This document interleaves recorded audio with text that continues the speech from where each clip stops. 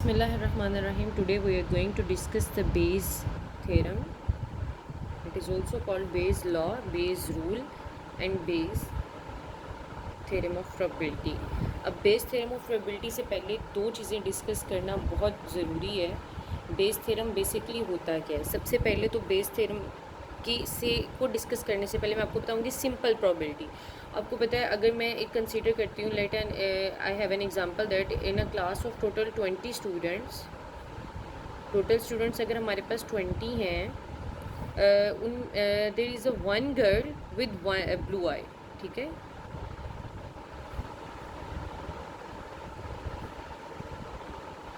With blue eye.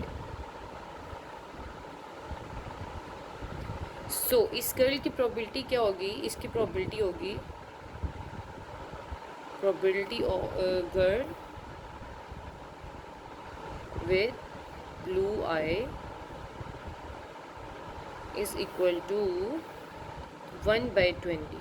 ठीक है, अब अगर यहीं पे मैं कहती हूँ कि दो गर्ल्स हैं जिनकी आइज़ ब्लू है तो यहाँ पे मेरी प्रोबेबिलिटी हो जाएगी 2/20.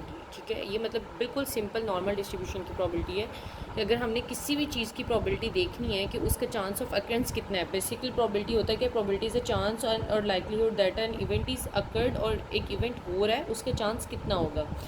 अब अगर मैं कहती हूँ कि मुझे पहले से ही एक इन्फॉर्मेशन पता है, ये अब which is equal to 0.50, so this is my prior probability कि मुझे पहले से ही पता चल गया है. अब अगर मैंने इसी से रिलेटेड कोई और चीज़ फाइंड करनी है तो मुझे पहले से पता है कि मेरे पास एक प्रायर प्रोबेबिलिटी पड़ी है that a girl with blue eyes, उसकी प्रोबेबिलिटी है हमारे पास 0.50. अब यहीं पे मैं सपोज करती हूँ कि एक क्लास, उसी क्लास में टोटल 5 गर्ल्स हैं एंड 15 बॉयज़ हैं.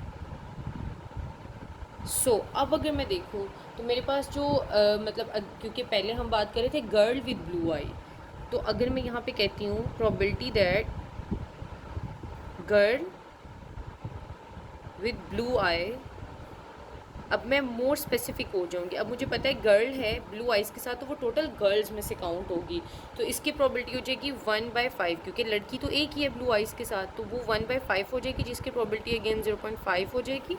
और अगर मैं यहाँ पे कहती हूँ probability that boys with blue eye, तो इसकी मेरे पास कोई इन्फॉर्मेशन नहीं है. हमें जो पता है वो एक 20 स्टूडेंट्स की क्लास में से एक लड़की की आंखें ब्लू हैं. बॉयज़ किसकी हैं ये हमें पता ही नहीं है, हमारे पास कोई इससे रिलेटेड इन्फॉर्मेशन नहीं है. तो इसकी प्रोबेबिलिटी हमारे पास 1/15 होगी, जो कि मतलब ज़ीरो के लगभग 0.67 के हो सकता है कि उनमें से शायद कोई ब्लू हो जाए, लेकिन हमारी प्रायर इन्फॉर्मेशन के अकॉर्डिंग हमारे पास सिर्फ एक लड़की है, तो बॉयज़ विद ब्लू आई की प्रोबेबिलिटी हमारे पास 0 हो जाएगी. ठीक है, अब यहाँ से अगर आप इसको ऐसे 0 नहीं आपको समझ लग रही, तो आप इसको 1/15 भी करेंगे ना तो हो जाएगी 0.067. तो मैं क्योंकि 1 डिजिट तक जा रही हूँ तो मैं 0.0 भी करती हूँ, तो वो अगेन प्रोबेबिलिटी हमारी 0 हो जाती है. अब एक और केस, बेस थ्योरम को समझने से पहले एक और चीज़ को समझना बहुत ज़रूरी है. What is conditional probability? Conditional probability जैसे कि वर्ड से आपको थोड़ा सा समझ आ रहा होगा कि जब आपके पास एक लिमिट कंडीशन आ जाती है कि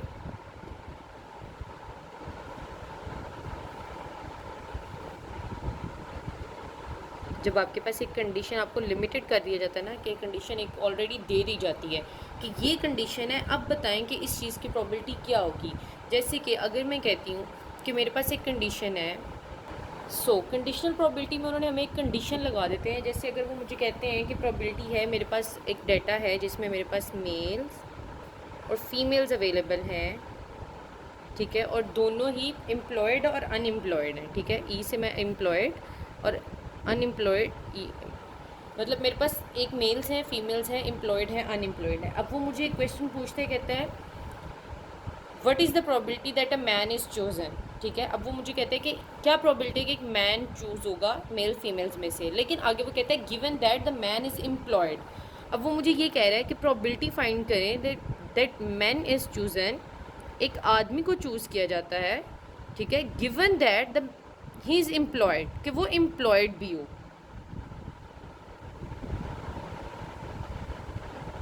ठीक है, अब इसमें मेरी प्रोबेबिलिटी क्या होगी? मेरे पास प्रोबेबिलिटी होगी प्रोबेबिलिटी ऑफ मेन एंड मतलब एम्प्लॉयड, ठीक है, मैन भी हो और एम्प्लॉयड भी हो, एंड नीचे जो प्रोबेबिलिटी आएगी वो एम्प्लॉयड की आएगी। जो गिवन में डाटा होता है ना, ये जो प्रायर इन्फॉर्मेशन होती है ये हमेशा नीचे आती होती है, ठीक है। अब यहाँ पे उसने मुझे कहा कि चूज़ करें मैन को जो कि एम्प्लॉयड भी हो। अब पहले मुझे ये चीज़ फाइंड करनी है, probability that I am man and he is also employed.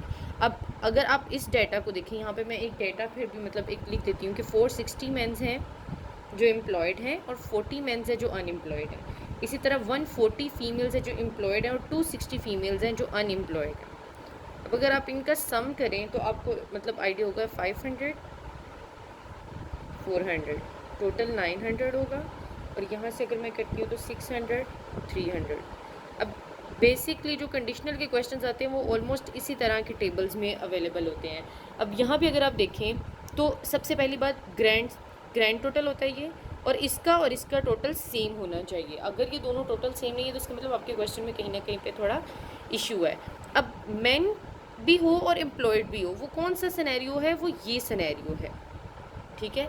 अब यहाँ पे इसका मतलब मेरे पास जो प्रोबेबिलिटी आएगी वो 460 आएगी, ठीक है। अब दूसरा उन्होंने कहा एम्प्लॉयड भी हो, सिंपल मतलब प्रोबेबिलिटी ऑफ एम्प्लॉयड, तो प्रोबेबिलिटी ऑफ एम्प्लॉयड क्या है 600। अब यहाँ पे देखें प्रोबेबिलिटी, अब पहले मैं ये वाली प्रोबेबिलिटी फाइंड करती हूँ, probability that man and he is employed, तो वो क्या होगी 460/900। अब 900 क्यों है, क्योंकि 900 ग्रैंड टोटल है, मेल फीमेल्स का भी और एम्प्लॉयड अनएम्प्लॉयड का भी, ठीक है। तो 460/900 का मतलब है कि वो प्रोबेबिलिटी है जो मेंस भी हैं और एम्प्लॉयड भी हैं। और प्रोबेबिलिटी ऑफ एम्प्लॉयड पर्सनस की अगर मैं बात करूं तो वो मेरे पास है 600/900। 600 ये टोटल मेल और फीमेल जो एम्प्लॉयड हैं, ठीक है, और डिवाइडेड बाय ग्रैंड सम। जैसे कि सबसे शुरू में मैंने आपको बताया था प्रोबेबिलिटी क्या होती है, डिवाइड बाय टोटल सम होती है और ऊपर जो इवेंट अक्कर हो रहा होता है उसकी प्रोबेबिलिटी होती है। अब अगर इन दोनों चीज़ों को मैं यहाँ पे ऐड करूँ 460/900 ओवर 600/900, तो ये दोनों क्योंकि ओवर बाय ओवर हैं तो ये आपस में कट जाएंगे, तो मेरे पास प्रोबेबिलिटी जो आएगी वो 460/600 आएगा, ठीक है। अब अगर आप इसको सिंप्लीफाई करते हैं तो आपको आइडिया हो जाएगा। सबसे पहली बात कि प्रोबेबिलिटी कभी भी 1 से ग्रेटर देन नहीं होती। अगर तो आपकी कोई ऐसा सिचुएशन बन रही है जिसमें आपकी प्रोबेबिलिटी ग्रेटर देन 1 आ रही है तो आप वहीं पे समझें कि आपका आंसर गलत है और आपने कहीं ना कहीं पे गड़बड़ की है। अब 460/600 का अगर मैं सिंप्लीफाई करूँ तो वो होता है 0.76, मतलब 76% चांसेस हैं कि जो मेन हैं वो एम्प्लॉयड हैं। इसकी परसेंटेज कितनी है 76%, ठीक है। तो यहाँ से मतलब ये कंडीशनल प्रोबेबिलिटी का बेसिक रूल होता है, उसमें हमें गिवन जो कंडीशन दी जाती है वो नीचे आती है, ठीक है। एम्प्लॉयड की प्रोबेबिलिटी नीचे आएगी और जो man is chosen and he is employed, यहाँ पे एंड का सीन यूज़ होता है। अब अगर आपको प्रोडक्टिव रूल्स थोड़े से याद हों तो आपको एक चीज़ और याद होगी कि जब हम किसी भी चीज़ का प्रोडक्ट फाइंड कर रहे होते हैं, जैसे मैन एंड एम्प्लॉयड, अब अगर ये दोनों डिपेंडेंट हैं, एक दूसरे पे डिपेंड कर रहे हैं, जैसे ये देखें ये डिपेंडेंट का केस है, कैसे कि इसमें मेल एम्प्लॉयड भी है और मतलब एम्प्लॉयड और मेल्स दोनों डिपेंड कर रहे हैं, तो ये डिपेंडेंट का केस हो तो हमारे पास जो उसकी मतलब मल्टीप्लिकेशन होती है वो इस तरह होती है, man given employed into employed. अब ये आपको थोड़ा सा आइडिया हो जाएगा, अगर मैं इसको लाके यहाँ पे मल्टीप्लाई करवाती हूँ तो वो मेरे पास ये चीज़ आती है, ठीक है। अब ये प्रोडक्टिव, लेकिन अगर हमारे पास दोनों चीज़ें आपस में डिपेंड नहीं कर रही तो मेरा जो प्रोडक्टिव रूल होता है वो यूँ होता है, probability of man into probability of employed. अब अगर मेरे मतलब क्वेश्चंस पे डिपेंड करता है ना, अगर एक क्वेश्चन ये है मेरे पास कि आपने प्रोबेबिलिटी फाइंड करनी है कि मेल हैं और फीमेल हैं, ठीक है, अब उसमें ये दोनों आपस में इंडिपेंडेंट होते तो मैं क्या करती 460/900 इंटू 140/900, क्योंकि मेल और फीमेल का कोई जॉइंट पॉइंट नहीं होता मेरे पास। यहाँ पे क्योंकि मैं एम्प्लॉयड की बात कर रही हूँ तो अगर ये डिपेंडेंट होंगे तो ये केस होगा, और अगर ये इंडिपेंडेंट होंगे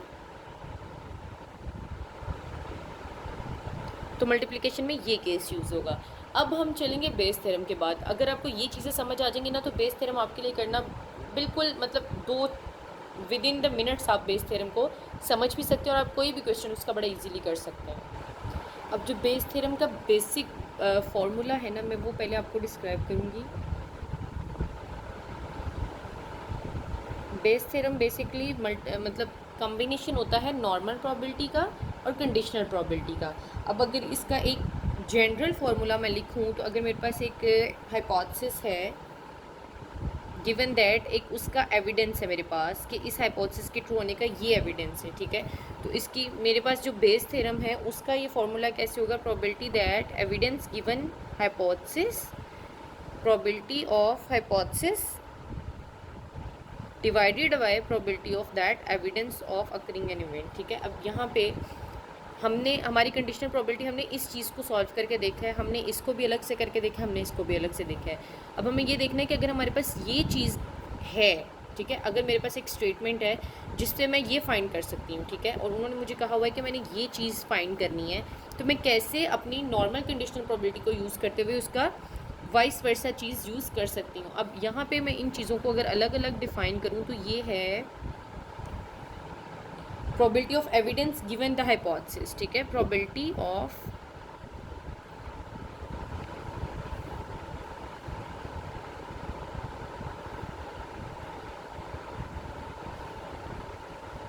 गिवन में हाइपोथेसिस है, ठीक है। कोई भी हाइपोथेसिस, मतलब हाइपोथेसिस बेसिकली आपको पता है क्या होता है, कोई भी स्टेटमेंट जिसको हमने प्रूव करना होता है ये ठीक है ये नहीं है, तो उसके लिए हमें एक एविडेंस चाहिए होता है, तो वो कहते हैं probability of evidence given the hypothesis. अब यहाँ पे प्रोबेबिलिटी ऑफ हाइपोथेसिस, अब ये बेसिकली प्रायर इन्फॉर्मेशन होती है, बेस में हम बेसिकली डील करते हैं प्रायर इन्फॉर्मेशन को यूज़ करके प्रोबेबिलिटी। देखें जैसे अगर मैं एक बात करती हूँ सिंपल मौसम की, कि आज कल बारिश हो सकती है, ठीक है। अब इसकी प्रायर इन्फॉर्मेशन मैं क्या लूँगी कि फोरकास्ट कहता है कि अगर मैं किसी फोरकास्ट को देख रही हूँ और उसमें लिखा हुआ है कल बारिश हो सकती है, तो मैं ये देख सकती हूँ कि पहले कब कब उन्होंने प्रिडिक्शन की थी और उनकी प्रिडिक्शन ठीक थी, तो वो मेरे पास एक प्रायर इन्फॉर्मेशन जो एक मतलब पहले से एक इन्फॉर्मेशन अवेलेबल होती है ना, उसको हम यूज़ करते हैं अपने रिजल्ट्स को मोर अप्रोप्रिएट करने के लिए। देखें अगर सिंपल मैं प्रोबेबिलिटी फाइंड कर रही हूँ, उसमें मैं प्रायर इन्फॉर्मेशन ये नहीं यूज़ करी, मैं करंट सिचुएशन को यूज़ कर रही हूँ, तो उसका जो रिज़ल्ट होगा वो उससे मतलब वो इतना ज़्यादा एक्यूरेट नहीं होगा, क्योंकि करंट सिचुएशन हमेशा हर बार सिचुएशन को बिल्कुल ठीक डिफाइन नहीं कर सकती, हो सकता है उसकी हिस्ट्री कुछ और हो। तो जब प्रायर इन्फॉर्मेशन हमारे साथ मतलब ऐड हो जाती है प्रोबेबिलिटी में, तो वो हमें ज़्यादा एक्यूरेट रिजल्ट देती है। प्रायर प्रोबेबिलिटी ऑफ हाइपोथेसिस कि पहले कितने चांसेस थे इस हाइपोथेसिस के होने के, या पहले कितनी बार ये हाइपोथेसिस हो चुका है उसका क्या चांस है, और ये है टोटल प्रोबेबिलिटी ऑफ एविडेंस।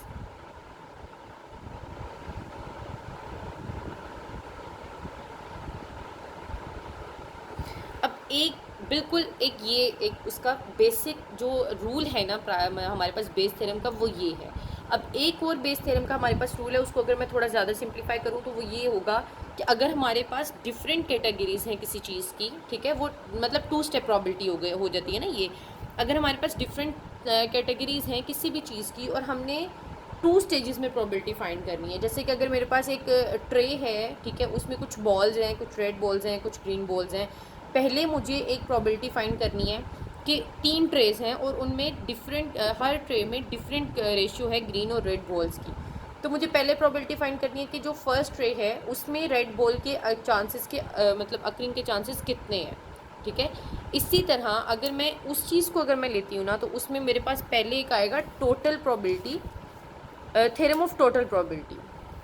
अब ये जो चीज़ है ना, ये हमारी दो तरह की होती है। जो प्रोबेबिलिटी ऑफ एविडेंस होता है ये सम टाइम हमें गिवन होता है, सम टाइम हमने बेसिकली टोटल प्रोबेबिलिटी लगानी होती है। तो ये टोटल प्रोबेबिलिटी हमने कैसे फाइंड करनी है, जैसे कि मैं आपको एक दूसरा मतलब दोनों एग्जांपल्स बेस थ्योरम की हैं। It depends on the your given question कि आप कौन सा केस कौन सा सिनेरियो यूज़ कर रहे हैं। अब अगर मैं देखूँ तो मेरा जो total theorem of total probability है वो क्या कहता है,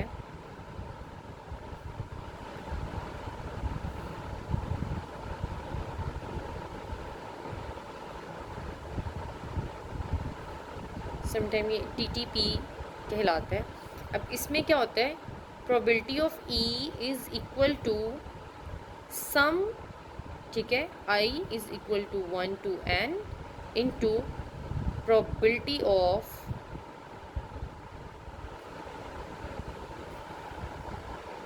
so it is equal to probability of evidence hypothesis into probability of evidence given hypothesis। तो ये टोटल सम इस चीज़ का जो है वो प्रोबेबिलिटी ऑफ ई में आएगा, जो हमारे एविडेंस की प्रोबेबिलिटी होगी, ठीक है। अब यहाँ पे इसको अगर मैं फर्दर करूँ तो ये मेरे पास ये चीज़ क्या होगी, ये आएगी प्रोबेबिलिटी ऑफ एच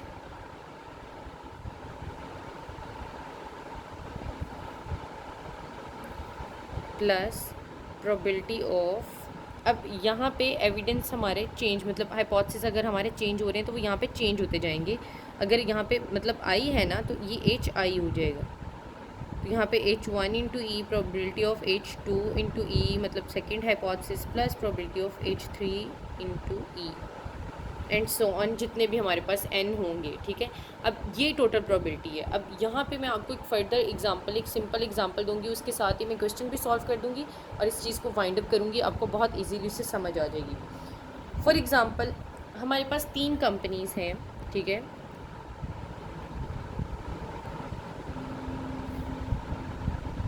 पहली कंपनी 1, 3 ऑटोमोबाइल कंपनी है, ठीक है। हमारे पास 3 कंपनीज़ हैं और वो डिफरेंट मतलब कार्स और ट्रक्स दोनों चीज़ें बनाती हैं, ठीक है। अब अगर मैं देखूं,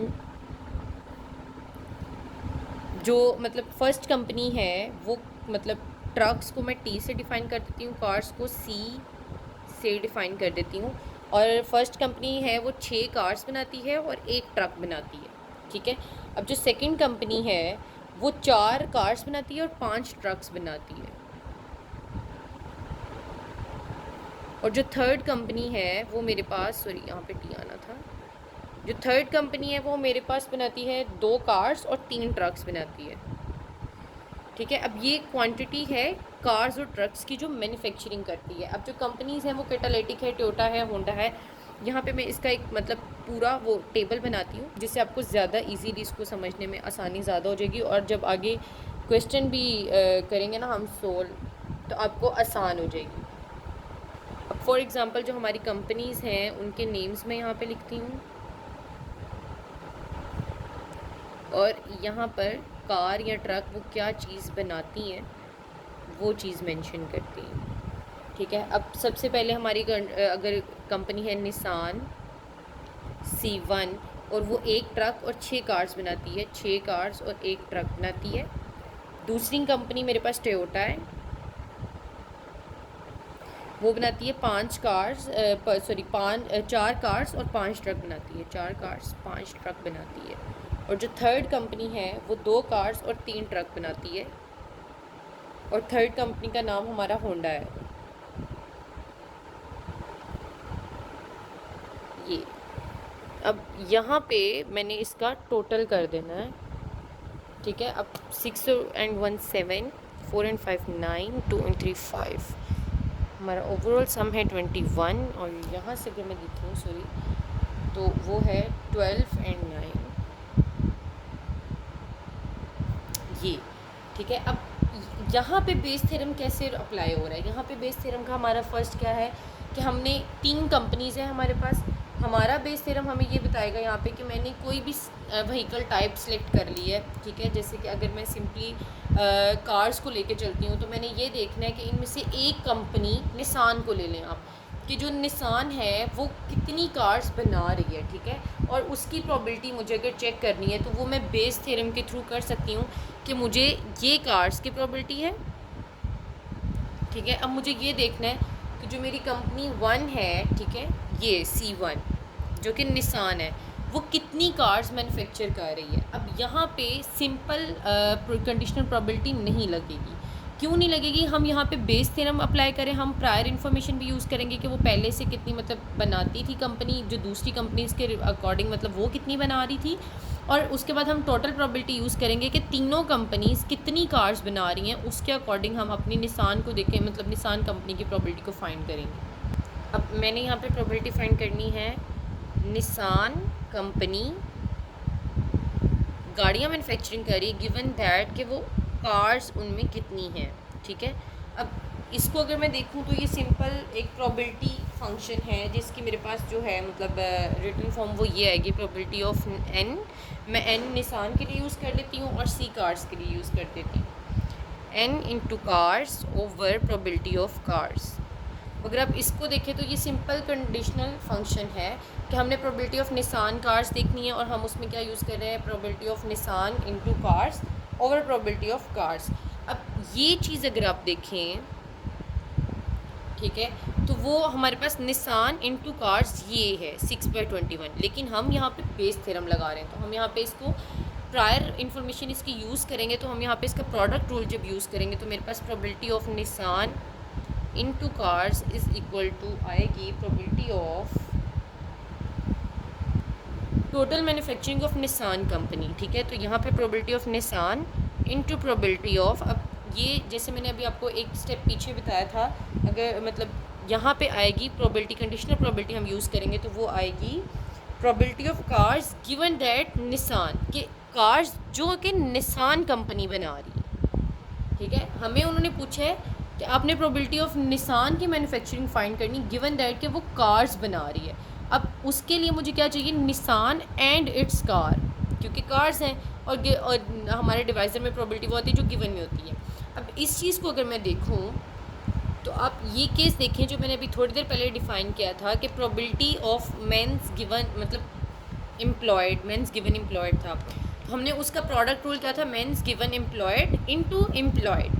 ठीक है, अब इसी तरह यहाँ पे मेरे पास probability of Nissan and cars है, तो उसकी मैंने कैसे प्रोडक्ट रूल फाइंड करना है, प्रोबेबिलिटी ऑफ निसान कार्स की मतलब निसान की टोटल मैन्युफैक्चरिंग निसान कंपनी की, क्योंकि वो कार्स के साथ ट्रक्स भी तो मैन्युफैक्चर कर रहे हैं ना।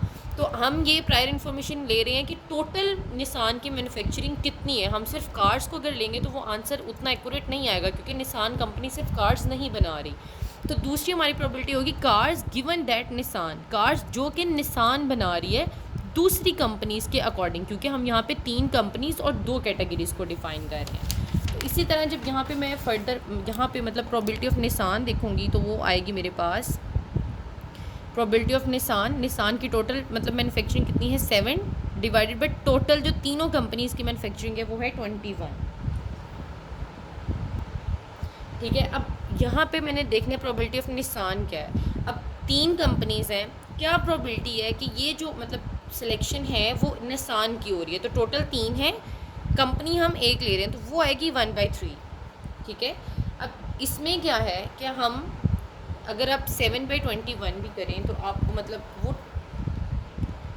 1/3 ही आती है। तो हम निसान के अगर टोटल प्रोडक्शन ले रहे हैं 7 डिवाइडेड बाई 21, ठीक है, तो वो क्या आएगी 1/3 total production of Nissan divided by total production of 3 companies. अब यहाँ पे आप एक और चीज़ अगर नोटिस करें तो आपको आइडिया होगा कि निसान की अब एक और तरीका है इसी प्रोबेबिलिटी को फाइंड करने का। अगर आप मतलब इस तरह से आपको थोड़ा मुश्किल हो रहा है ना, तो आप यहाँ से देखें कि 3 कंपनीज़ है और हम एक सेलेक्ट कर रहे हैं, एक ही प्रोडक्शन, तो उसकी प्रोबेबिलिटी क्या होगी 1/3, तो ये 1/3 आ गया। अब हमारे पास दूसरी जो केस है वो है probability of cars given Nissan. ठीक है, अब ये हमने कैसे फाइंड करनी है, अब हमारे पास इसकी प्रोबेबिलिटी क्या है। अब यहाँ पे अगर आप इसको देखें ना तो यहाँ से आपको आइडिया हो जाएगा कि इस पर दोबारा जब कंडीशनल प्रोबेबिलिटी लगेगी तो वो क्या होगी, probability of cars and Nissan divided by probability of Nissan.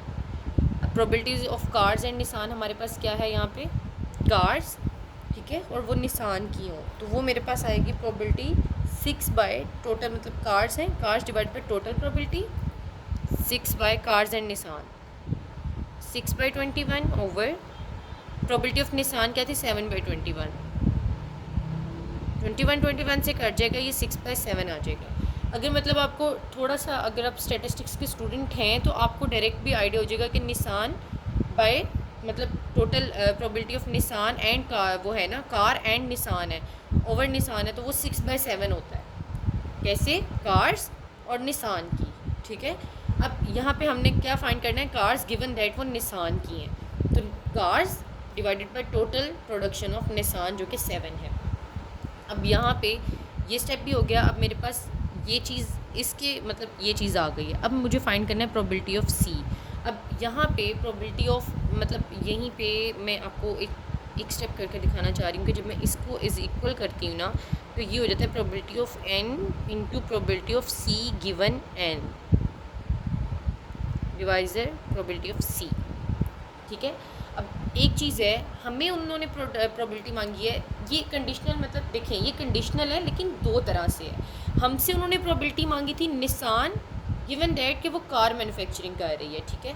हमने उसमें फ़र्दर हमारे पास जो डाटा है हम उससे जो यूज़ कर रहे हैं वो कार्स गिवन दैट कि निसान कंपनी प्रोड्यूस कर रही है। फिर हम उसकी एक प्रायर इन्फॉर्मेशन करें कि निसान ओवरऑल कार्स के अलावा ट्रक्स भी प्रोड्यूस करती है, और डिवाइज़र में हमारे पास कार्स चल रही हैं जो बाकी कंपनीज़ भी मतलब प्रोड्यूस करती हैं। तो ये हमारी total probability of production of cars की प्रोबेबिलिटी आएगी कि जितनी सारी कंपनीज प्रोड्यूस कर रही हैं।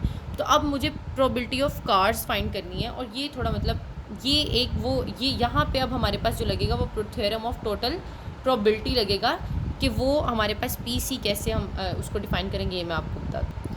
अब यहाँ से हम शुरू करें प्रोबेबिलिटी ऑफ कार्स, ठीक है। अब प्रोबेबिलिटी ऑफ कार्स क्या होगी कि जितनी कंपनीज़ ने भी कार्स प्रोड्यूस की हैं, हर कंपनी के साथ जो प्रोडक्शन है कार्स की हम वो मेंशन करेंगे। जैसे फर्स्ट कंपनी निसान है एंड उसकी car production, plus second company हमारे पास टोयोटा है एंड उसकी car production, plus probability of third हमारे पास होंडा है एंड उसकी कार प्रोडक्शन, ठीक है। हम तीन कंपनीज थी, निसान, टोयोटा, होंडा, वो तीनों और उनकी कार प्रोडक्शन, उनकी प्रोबेबिलिटीज़ को जब हम ऐड करेंगे तो वो हमारे पास probability of total car production of cars आ जाएगी, ठीक है। अब सबसे पहले प्रोबेबिलिटी ऑफ निसान एंड, अब देखिए पहले हमारे पास इस क्वेश्चन में तो सीन मतलब आसान है। आपने इस क्वेश्चन से अगर आप देखें ना तो आपको डायरेक्टली निसान एंड कार मिल जाएगी, लेकिन जिस तरह से यहाँ पे मैं एक चीज़ आपको नोटिस करवा दूँ, निसान एंड कार, ये निसान एंड कार्स की ये जो हमने प्रोबेबिलिटी यहाँ पे फाइंड भी की थी 6/7, ठीक है। अब 6/21 सॉरी, ठीक है। अब यहीं पे अगर मैं टोयोटा एंड कार्स फाइंड करनी चाहूँ तो वो भी डायरेक्ट मतलब 4/9 होगी, ठीक है। अब जो होंडा की फाइंड करनी चाहूँ तो वो भी 2/5 होगी।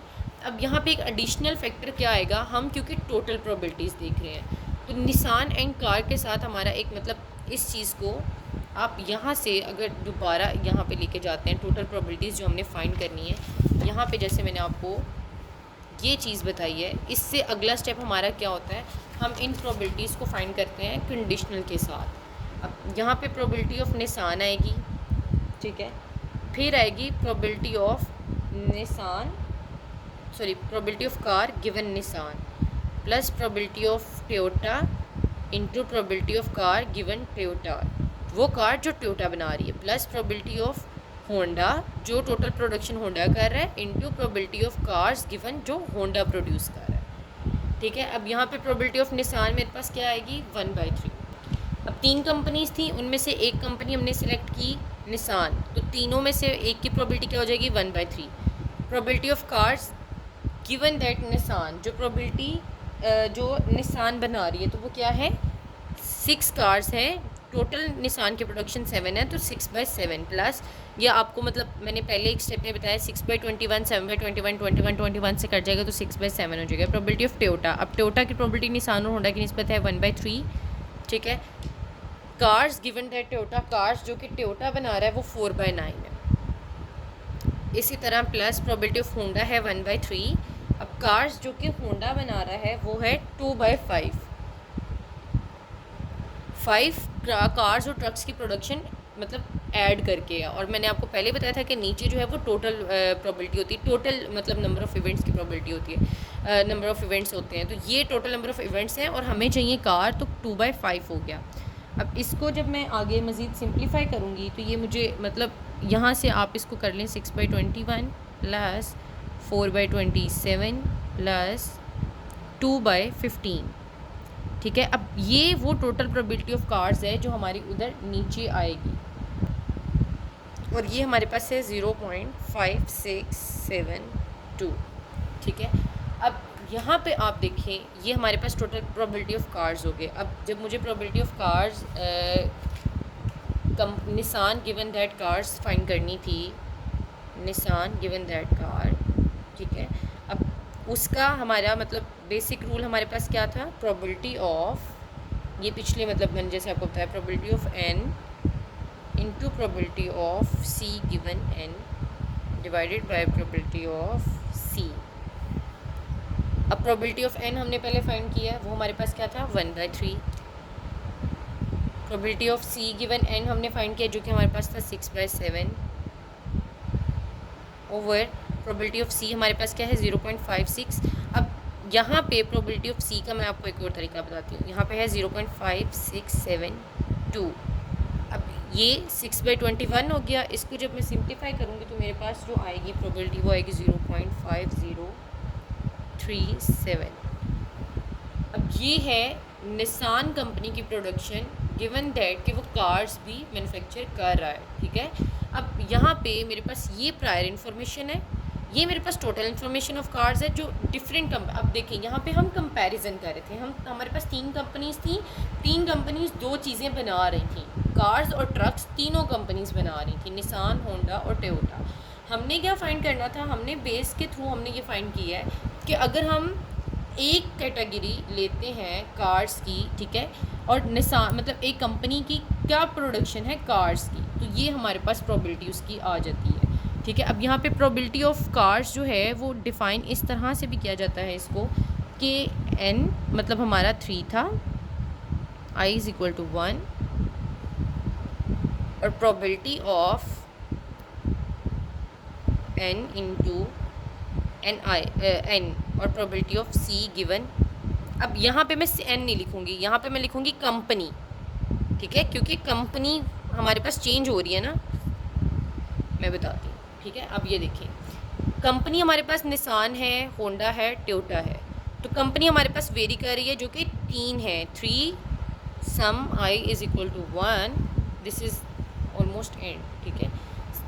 i = 1, प्रोबेबिलिटी ऑफ पहले हमने निसान की, फिर टोयोटा की, फिर होंडा की, वो कंपनीज़ यहाँ पे वेरी कर रही हैं, 3 कंपनीज़ हैं। प्रोबेबिलिटी है कार्स गिवन, तीनों कंपनीज़ की प्रोबेबिलिटीज़ को ऐड कर देना, ठीक है। तो हमारे पास ये बेस थ्योरम का बेसिक जो फार्मूला है वो ये है कि हम नीचे टोटल प्रोबेबिलिटी को लेते हैं, ऊपर प्रायर इन्फॉर्मेशन के साथ जो गिवन हमारे पास प्रोबेबिलिटी रिक्वायर्ड होती है, ये इसका हम मतलब इसको यूज़ करते हैं। तो अगर आपको फर्दर इससे कोई रिलेटेड क्वेश्चन है जो आपसे सॉल्व नहीं हो रहा है इस एग्जाम्पल को देखने के बावजूद, तो आप मुझसे पूछ सकते हैं। Thank you so much.